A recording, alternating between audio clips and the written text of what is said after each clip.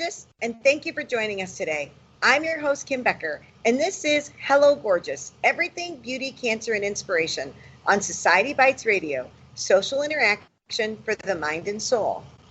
I am so excited to be with you today. So this particular episode, you get just me, and I'm excited to share with you about dreaming big dreams. And I used to dream big dreams all the time. I did everything that the experts talked about, and then my life kind of turned upside down. And to be honest with you, I haven't been able to dream big dreams at all. And so all of a sudden, I feel like things are starting to clear up a little bit. So I wanted to share about the big dreams and some of the big dreams that I've shared, some of the big dreams that I've dreamt that have come true. And I want to give you 3 really actionable exercises that you can do that can help your big dreams come to fruition. So as I said, this is really important to me because I believe that everyone has the opportunity to dream big. If nothing else, if you don't have anything else going for you in your life, you can dream, you can visualize, you can imagine. And maybe there's some things that you've already accomplished that were really big way back in the day, and then you forgot about them. Like you forgot that you did these really great monstrosities, that you built the business that you wanted to, you married the man that you loved, you got your kids through college, whatever that looked like. And I think sometimes those big dreams just become everyday occurrences because you're so used to them, and you forget then that just because that one big dream was accomplished, that you get another big dream. You can put something else in your heart. Well, for me, I used to dream big all the time, as I said, but the last couple of years, my dreams, I didn't really dream big, but I just had 2 goals. And those goals were, 1, to make sure that my son had a stellar high school career and that our organization stayed up and running after I lost my husband. And so the first year, I really concentrated. I called it my 2-prong approach.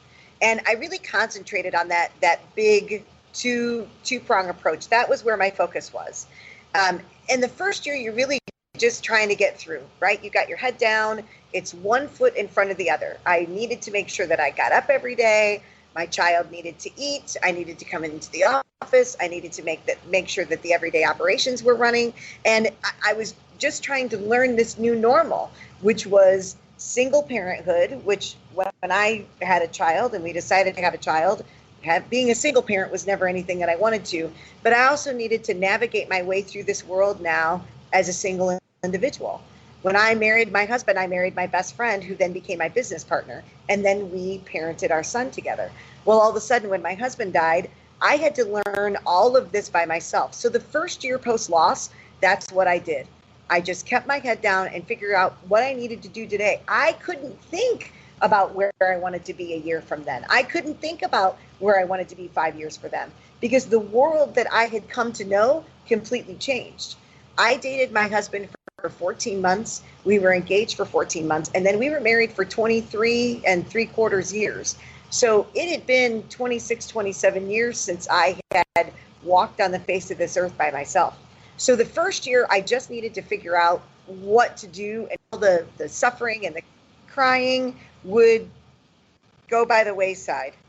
So for me, the second year was really way worse than the first year. And I never thought that would happen. I really thought that something magically would happen and I would wake up on the June 27th, because the 1-year anniversary was June 26th, and I would wake up on the 27th and everything would just be different. That the pain would go away, I wouldn't cry anymore, and that didn't happen. But also what I didn't realize was that the second year for me was much more difficult than the first year. And I'm not sure whether it's, I guess what I believe is the permanence of Mike's absence became more apparent to me. Every day he still wasn't home. Every day he still wasn't riding in the car with me. There were sporting events of our sons that I was still going to by myself. But what was interesting was everybody else went back to their normal life. And my normal had been turned upside down. So I was trying to find my new normal. So that second year, I feel like I walked around in a fog. That's basically the only way that I can describe it. And 1 minute I'm okay, and then the next minute I felt like I was going to cry. So this year, when we celebrated the 2-year anniversary of my husband's loss, we always do something to commemorate the year that he left us, or the day that he left us. And so I feel better now because I feel like the life that I've lived these last 2 years, I've honored Michael in every single way. Our child has done an amazing job in his high school career. Our business is flourishing because these are all the things that Michael would want us to do. I follow a blog called One Fit Widow, and there's a tagline at the bottom of her blog that says, "You are still here for a reason." And so every day I try and ask, all right, what am I supposed to do today? What is that reason that I'm still here? I wasn't the one that left this world. Michael was. But it's just because he's gone doesn't mean we can't remember him, we can't celebrate him, and we can't live on. And so to this point, I didn't feel like I could set any big goals because I just needed to connect with my two-prong approach. But now all of a sudden, I feel like I can. I feel like some of that fog is lifted. You know, there's a song that says, "I can see clearly now that the rain is gone." I feel like some of that rain is gone and that I can set a few goals that I really want to attain. And so I want to share with you some of the things that I have done in the past and what I'm currently doing to re-engage with those goals and some of those big dreams that I had forgotten about because I was knee-deep in grief. But I really think in my heart of hearts that Michael would want us to continue to move forward. He wants us to be successful, and he wants us to live the best life that we can. So one of the things that I started, the very first thing that I did was I had to figure out what my goals are. So when we did our goals together. Well, it's not together anymore. So some of the goals that Mike and I wanted together have evolved now. They've changed a little bit because it's just me. I don't have that spouse. And so I have to figure out the best way and take some of the goals that we had together and now make them and turn them so that they'll fit the life that we have right now. So you have to write your goals down. But not only do you write your goals down, but you have to write down why you want to achieve them. Why are they important to you, right? Because you have to be specific. So let's just say that, as all of us women do, I want to lose weight. So if I just write down, I want to lose weight, I could lose 1 pound and say I've achieved that goal. But that's really not what it is, right? Say I want to lose 50 pounds, and then I need to set a date. I want to lose 50 pounds by next year at this time. And then you can come up with a plan. But because that's more specific, you're going to have measurable results because you're going to know that if I want to lose 50 pounds by next year at this time, by Christmas, I need to have 25 pounds off. And your results are going to be measurable. But don't write them down and forget about them. You want to make sure that you keep them in front of you every day. I read or listened to the book by Rachel Hollis called Girl Stop Apologizing. And in that book, she talks about that every single morning, one of the first things that she does, her morning rituals, is that she writes down all of her goals every single day. Think about what that would do to you. Let's say that you just set 5 goals for yourself. And every single morning you got up and you wrote down those 5 goals. You're starting your day off with the focus where it needs to be. You're focusing on what you want your goals to be. You're not letting somebody else kind of rule your life, or you're not living somebody else's agenda. You're living your agenda because today I wrote my goals down and I know exactly what it is that I'm going to focus on.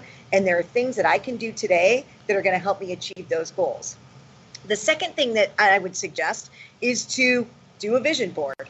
Sometimes it's not enough just to write your goals down. You need to see. A picture speaks 1,000 words. That's what they always say.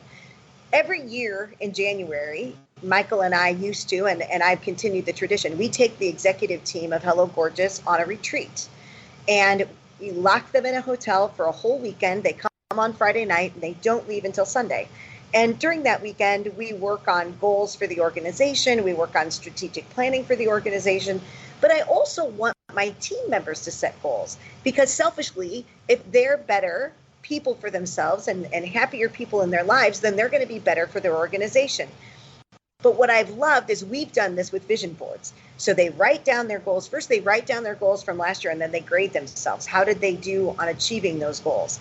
And then they write down new goals, and then they create a vision board. Not only do they create a vision board for this year, they bring the vision board from the previous year. And it's so amazing and incredible to see them bring these vision boards back where they've actually crossed things off. Big X's through trips to Disney and cars that they wanted and, new patios that they wanted for their homes. Whatever that looked like, they've achieved these goals. And we get to celebrate that because that's one of the most important parts. It's not just about being able to achieve that goal, but then you have to celebrate it. So I want to encourage you, don't just write your goals down, actually do a vision board. Google makes it amazing. We used to, remember as kids, when we would have to do a collage, we'd have to sit through and sift through all the magazines and cut out your favorite places or whatever it was that you'd want to put on your collage. Now you can just go to Google and Google whatever it is that you want. And if it's a trip to Disney, if it's a new car, you can even find the make and model of the car that you want. Print it off, cut it up, glue it to a big piece of paper, and put it somewhere where you keep it in front of you every single day. You know, Anthony Robbins, I love Anthony Robbins. And and I'll tell you more about why I love Anthony Robbins in my next hint. But I love Anthony Robbins. And so he said, it's what you focus on that you get. So if you were to close your eyes right now, actually, first of all, look around the room and look at everything that's red in whatever room that you're sitting in, right? Just look for everything red. And if you closed your eyes and then tried to tell yourself, or somebody asked you what was brown in the room, you wouldn't be able to tell them because you were too busy focusing on what was red.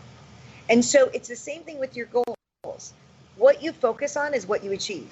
So make your vision board and then put it someplace where you see it every single day so that you have to look at it. And you don't necessarily need to understand or figure out how those things are going to come to fruition. It'll just happen. So like with this podcast, this radio show that I have, it was on our crazy cool goals for 2019 for us to have our own podcast, because we felt like we had such a message to share with women battling cancer and the stories of the women that we've learned and that we've grown to know through the makeovers that we've done. But we wanted to really inspire people, so we wanted to do this. I knew that that's what I wanted to do, but I had no idea how to do it. We attempted it. I bought the microphone and I got the computer and I downloaded a couple of different apps to see what I could do. And then I was asked to be a guest on Mama Bear Donita's show, who is also on Society Bites Radio. And the producer heard me as an interviewee and offered me my own show. And it was on my list. It was on our goals. And I didn't have to try and figure it out on my own. I just needed to be present and I just needed to take a step. And the rest is history. That's why we're there. So do your vision board and put it up where you can see it every day. So the next part of that is, the second thing is to make sure that you believe that it will happen. And you need to talk about it, because what you focus on, you'll receive, just like we talked about with the vision board. So let me tell you a little bit about what happened. So back in, I think it was 2011, maybe, my husband and I decided to attend one of Anthony Robbins' seminars. It was out in Los Angeles, California. And it's a 4-day seminar. You fully immerse. You're exhausted. He gets you going from 9 o'clock in the morning. And we weren't out of the Coliseum where we were at till sometimes midnight. But the very first day, they condition you so that you can do a fire walk. And I thought, there is no way. I cannot do this. But I played along and I thought, all right, you know what? Put the negativity out of your mind. Let's say you can do this. What if it truly is that you can walk on fire? So you do the exercises and you're fully immersed all day long. And then they take you out to this big parking lot where there are pads, and this fire has been brewing all day long. And there's different lanes of these coals that are on fire. And they have drumming music playing in the background, and you step up and it's your turn to walk on fire. And as you're walking on fire, what they tell you to do, what I recited in my head was cool moss, cool moss. So I wasn't saying, oh my gosh, I'm getting ready to walk on fire. I tricked myself into saying that what I was getting ready to walk on was cool moss. And so, okay, I almost chickened out. Actually, we had a team member that was there, and I just said, I can't do this. And they said, yes, you can. Put yourself in state. You can do it. And so I put myself in state. I recited. I was chanting cool moss. I got all the way off to the other side. They rinse off your feet, and it was done. I literally walked on fire because I was able to tell myself that I could do it. I did. And I believed